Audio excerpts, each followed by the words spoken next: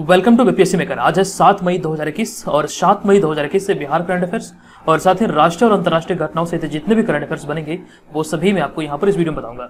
ये वीडियो आपके लिए बीपीएससी सहित Bihar SSC, Bihar SI, ESI, CDPO, Bihar police और वो अन्य सभी परीक्षाएं जो खास करके बिहार में जो होती है, बिहार के सभी कॉम्पिटिटिव एग्जाम के दृष्टिकोण से ये काफी ज्यादा महत्वपूर्ण है। इस श्रृंखला के तहत जितने भी वीडियो चैनल पर अपलोड होते हैं सभी को मैंने प्लेलिस्ट में अरेंज किया है। आप जाइए सभी को देखिए और इस वीडियो के डिस्क्रिप्शन से इसका पीडीएफ फाइल को जरूर डाउनलोड कीजिए। अभी आपको इस वीडियो के डिस्क्रिप्शन में जनवरी, फरवरी, मार्च और अप्रैल 4 माह के करंट अफेयर्स का पीडीएफ का लिंक मिल जाएगा। आप उस पर क्लिक करके इसे डाउनलोड कर सकते हैं। चलिए, पिछले वीडियो में मैंने आपसे प्रश्न पूछा था कि हाल ही में विश्व प्रेस स्वतंत्रता दिवस कब मनाया गया है। तो भी हाल ही में विश्व प्रेस स्वतंत्रता दिवस 3 मई को मनाया गया। ऑप्शन नंबर सी यहाँ पे इस प्रश्न का राइट आंसर होगा। सभी लोगों ने इस प्रश्न का सही उत्तर किया है। ऑप्शन नंबर सी यहाँ पे इसका सही उत्तर होगा। अब यहाँ पे बढ़ते हैं मई माह से संबंधित कुछ प्रमुख दिवस व तिथियां हैं, उन्हें देख लेते हैं। तो 1 मई को विश्व यानी कि अंतर्राष्ट्रीय मजदूर दिवस मनाया जाता है और मई का जो पहला रविवार होता है वो विश्व हास्य दिवस के रूप में मनाया जाता है। और 3 मई को विश्व प्रेस स्वतंत्रता दिवस मनाया गया। 4 मई को अंतर्राष्ट्रीय अग्निशमन दिवस तथा विश्व अस्थमा दिवस। 5 मई को विश्व मिडवाइफ दिवस और 7 मई को जो कि आज है 7 मई आज है विश्व एथलेटिक दिवस। तो इतनी सारी चीजों को आपको यहाँ पे ध्यान रखना है। जैसे जैसे ये डेट आगे बढ़ेगा वैसे वैसे यहाँ पर मैं यहाँ पे प्रमुख दिवस व तिथियों को अपडेट करता चलूंगा। चलिए बढ़ते हैं यहाँ पे पहले प्रश्न की ओर। एक एक करके मैं आपको सभी प्रश्न बताऊंगा और इनसे रिलेटेड जो भी महत्वपूर्ण फैक्ट होगा उन्हें भी बताऊंगा। तो आपको इस पूरे वीडियो को ध्यानपूर्वक देखना है और वीडियो के अंत में पूछे गए प्रश्न का आंसर कमेंट बॉक्स में कमेंट के माध्यम से देना है। चलिए, पहला प्रश्न कि हाल ही में बिहार के किस जिले में मिट्टी खुदाई के दौरान हरिहर की प्राचीन मूर्ति मिली है। किस जिले में मिट्टी खुदाई के दौरान? इस प्रश्न का सही उत्तर होगा ऑप्शन नंबर सी यानी कि दरभंगा जिले में। ऑप्शन नंबर सी यहाँ पर इस प्रश्न का सही उत्तर होगा। हाल ही में बिहार के दरभंगा जिले के मनिगाछी थाना स्थित मकराना गांव में खुदाई के दौरान हरिहर की प्राचीन मूर्ति मिली है। यह मूर्ति 13वीं सदी की है और यह ग्रेनाइट पत्थर की बनी हुई है। ये ध्यान रखिएगा। विशेषज्ञों का कहना है कि यह 13वीं सदी का मूर्ति है और यह ग्रेनाइट पत्थर की बनी हुई है। तो अभी हाल ही में यह दरभंगा जिले में मिला है। तो ऑप्शन नंबर सी यहाँ पे इस प्रश्न का सही उत्तर है। अब यहाँ पे बात आई है एक बार पुनः बिहार की। तो बिहार से संबंधित चीजों को देख लेते हैं। ये मैप में बिहार की स्थिति है और बिहार की चौहद्दी की अगर बात किया जाए तो उत्तर में नेपाल, दक्षिण में झारखंड, पूर्व में पश्चिम बंगाल तथा पश्चिम में उत्तर प्रदेश है। और बिहार की राजधानी पटना, अभी वर्तमान में राज्यपाल फागू चौहान, मुख्यमंत्री नीतीश कुमार और राजकीय पक्षी गौरैया है। अभी 20 मार्च को विश्व गौरैया दिवस मनाया गया जिसका थीम था आई लव स्पैरो। ये ध्यान रखिएगा। और बिहार का जो राजकीय पशु है ये बैल है, राजकीय वृक्ष पीपल, राजकीय फूल गेंदा और बिहार का जनसंख्या घनत्व 1106 व्यक्ति प्रति वर्ग किलोमीटर है। और क्षेत्रफल की अगर बात किया जाए तो बिहार का क्षेत्रफल 94,163 वर्ग किलोमीटर है। और जिस समय झारखंड बंटवारा हुआ था यानी कि 15 नवंबर 2000 ईस्वी को झारखंड का जब बंटवारा हुआ था बिहार से, तो उस समय संपूर्ण भूभाग का 46% भूभाग को लेकर के झारखंड राज्य का गठन हुआ था। ये ध्यान रखिएगा। और अगर राजभाषा की बात किया जाए तो प्रथम राजभाषा हिंदी तथा द्वितीय राजभाषा उर्दू है बिहार का। बिहार में विधान परिषद की 75 सीटें, विधानसभा की 243, राज्यसभा की 16 तथा लोकसभा की 40 सीटें हैं। और बिहार की प्रमुख लोक नृत्य की बात किया जाए तो जाट, जाटिन, कजारी, पनवारिया और विदेशिया यहाँ के प्रमुख लोक नृत्य है। और आप जो इस इमेज में देख रहे हैं ये बिहार का राजकीय चिन्ह है। 2 स्वास्तिक के बीच में बोधि वृक्ष, ये बिहार का राजकीय चिन्ह है। तो इतनी सारी महत्वपूर्ण इन्फॉर्मेशन को आपको यहाँ पे ध्यान रखना है। चलिए, इस बार दूसरा प्रश्न है कि निम्नलिखित में से किस कंपनी ने हाल ही में 50,000 करोड़ रुपए का बाजार पूंजीकरण हासिल कर लिया है। तो इस प्रश्न का सही उत्तर होगा SAIL यानी कि ऑप्शन नंबर ए यहाँ पे इस प्रश्न का राइट आंसर होगा। सेल इस प्रश्न का सही उत्तर है। और इसका अगर फुल फॉर्म की बात किया जाए तो इसका फुल फॉर्म होता है steel authority of India limited. ये ध्यान रखिएगा। तो हाल ही के आंकड़ों के मुताबिक steel authority of India limited ने 50,000 करोड़ रुपए का बाजार पूंजीकरण हासिल कर लिया है। अब सेल बाजार पूंजीकरण के मामले में शीर्ष 100 सबसे अधिक मूल्यवान कंपनियों में शामिल हो चुकी है। तो यह भी हाल ही में इस आंकड़े को छुई है।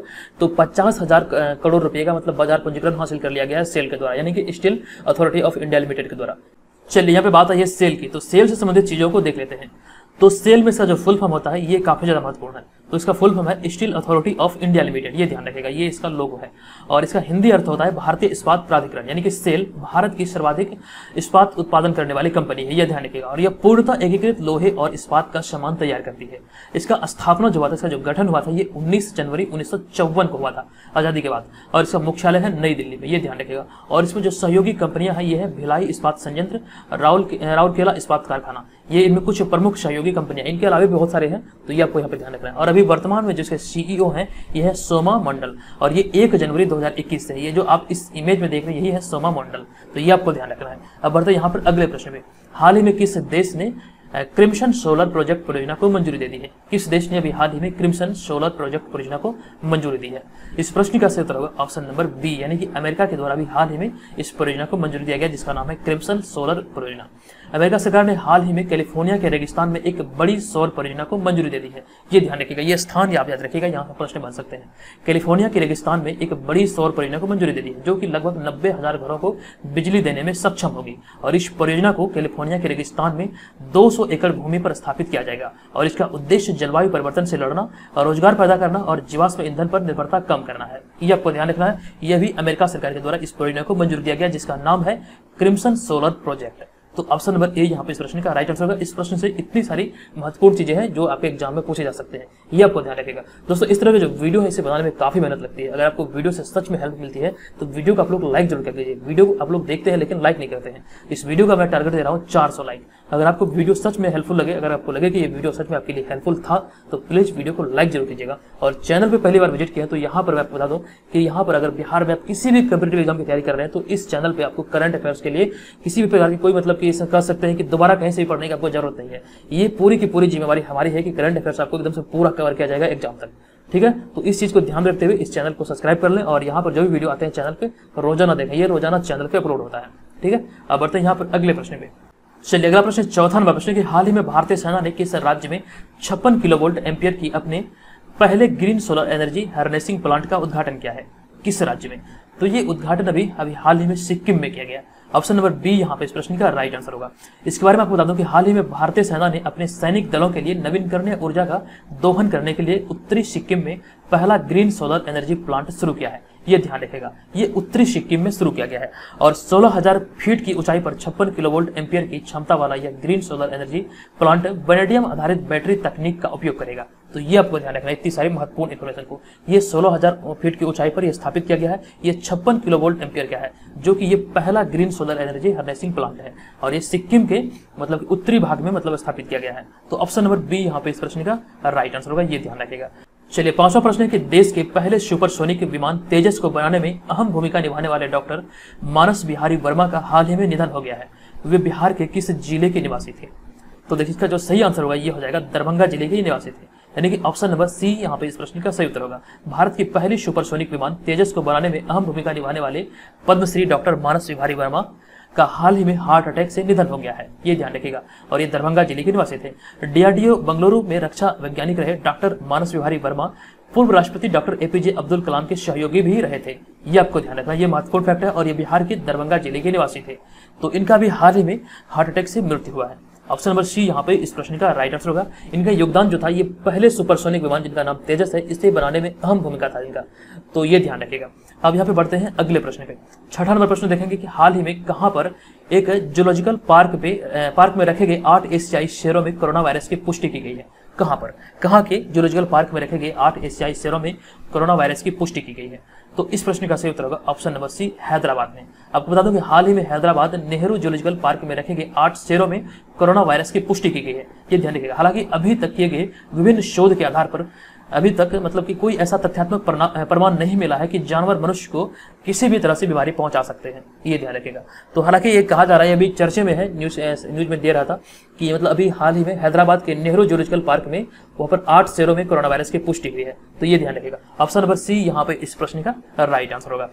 चलिए, वीडियो में आगे बढ़ते हैं, लेकिन उससे पहले मैं आपको बता दूं, अगर आप घर बैठे 67वीं बीपीएससी प्रारंभिक परीक्षा और बीपीएससी सीडीपीओ इन दोनों परीक्षाओं की तैयारी में लगे हैं, तो इस चैनल के माध्यम से आप अपनी तैयारी को बेहतर कर सकते हैं। यहाँ पर आप टेस्ट सीरीज को अटेंड कर सकते हैं। यहाँ पर लगभग आपको 50 टेस्ट सीरीज मिलेगा, जो कि एकदम अच्छी क्वालिटी का होगा। ये पूर्णतः बीपीएससी के पैटर्न पर आधारित है। यहाँ पे जो भी प्रश्न आपको मिलेगा वो एकदम से एक्सप्लेनेशन सहित मिलेगा, ये ध्यान रखिएगा। और करंट अफेयर्स में बिहार करंट अफेयर्स, राष्ट्रीय और अंतर्राष्ट्रीय, ये सारे के सारे करंट अफेयर्स की जिम्मेवारी हमारी है। ये आपको डेली और मंथली यहाँ पर आपको इस ग्रुप के अंतर्गत दिया जाएगा। और बिहार जीके का भी पीडीएफ आपको मिलेगा। यहाँ से आपको जो भी मटेरियल आपको मिलेगा, जैसे करंट अफेयर्स, बिहार जी के प्रीवियस ईयर क्वेश्चन, ये आपको दोबारा कहीं से भी पढ़ने की आवश्यकता नहीं है, क्योंकि ये पीडीएफ जो मैं आपको दूंगा ये काफी अच्छी क्वालिटी का होगा। तो अगर आपसे ज्वाइन करना चाहते हैं तो यहाँ पर आपको स्क्रीन पे एक व्हाट्सअप नंबर दिख रहा है। इस व्हाट्सअप नंबर पर आप हमें pre21 लिख के मैसेज करें। ध्यान रखें, इसका जो फी है ये 399 है और ये 1 वर्ष के लिए वैलिड होगा। इसकी वैलिडिटी 31 दिसंबर 2021 तक है। आप जब भी ज्वाइन करेंगे ये तमाम चीजें आपको मिल जाएगी। अगर आपसे ज्वाइन करना चाहते हैं तो जल्दी से ज्वाइन कीजिए। ऑलरेडी इसे बहुत सारे मेंबर ज्वाइन कर चुके हैं। चलिए, 7वां नंबर प्रश्न है कि हाल ही में राष्ट्रीय मानवाधिकार आयोग की कार्यवाहक अध्यक्ष के रूप में निम्नलिखित में से किसे नियुक्त किया गया है?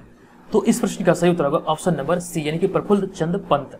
ऑप्शन नंबर सी यहाँ पे इस प्रश्न का राइट आंसर हो जाएगा। हाल ही में राष्ट्रीय मानवाधिकार आयोग की कार्यवाहक अध्यक्ष के रूप में प्रफुल्ल चंद पंत को नियुक्त किया गया है, और यह आपको ध्यान रखना है। ऑप्शन नंबर सी यहाँ पे इस प्रश्न का राइट आंसर होगा।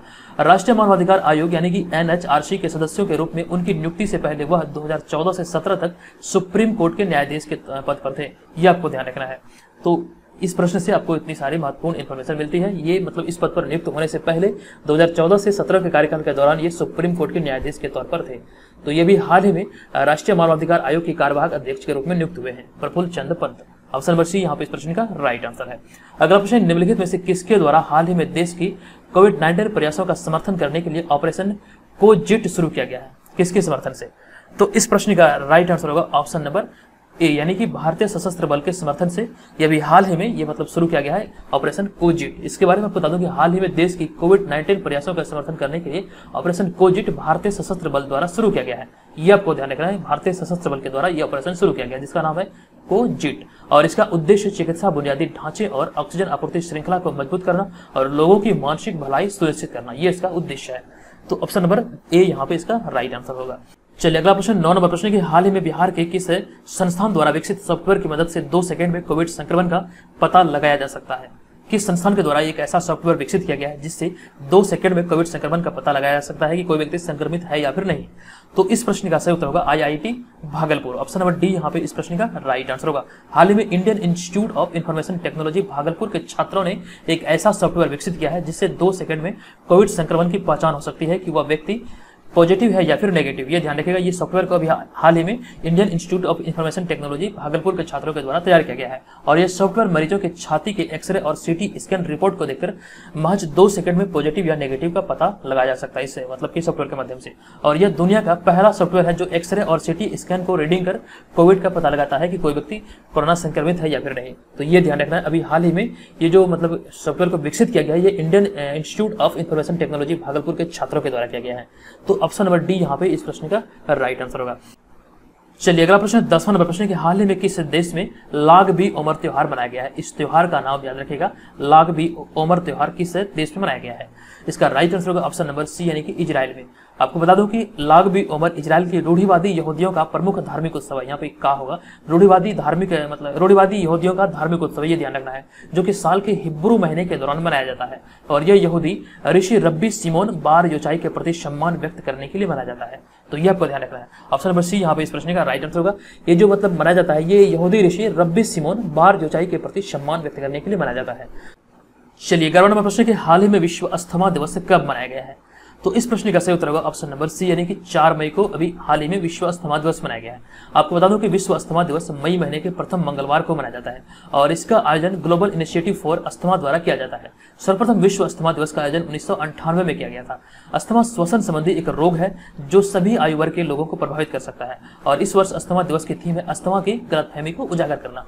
तो इतनी सारी महत्वपूर्ण इन्फॉर्मेशन को यहाँ पे आपको ध्यान रखना है। इस वर्ष की जो थीम है विश्व अस्थमा दिवस की, जो 4 मई को मनाया गया, सबसे पहले तो आप यहाँ पे ध्यान रखिए कि ये जो मनाया जाता है ये मई महीने का जो प्रथम मंगलवार होता है उसमें मनाया जाता है। तो मई माह के प्रथम मंगलवार में अभी हाल ही में 4 मई को विश्व अस्थमा दिवस मनाया गया, जिसका थीम था अस्थमा की गलतफहमी को उजागर करना, और ये पहली बार इसका जो आयोजन किया गया था ये 1998 में किया गया था। ये ध्यान रखिएगा।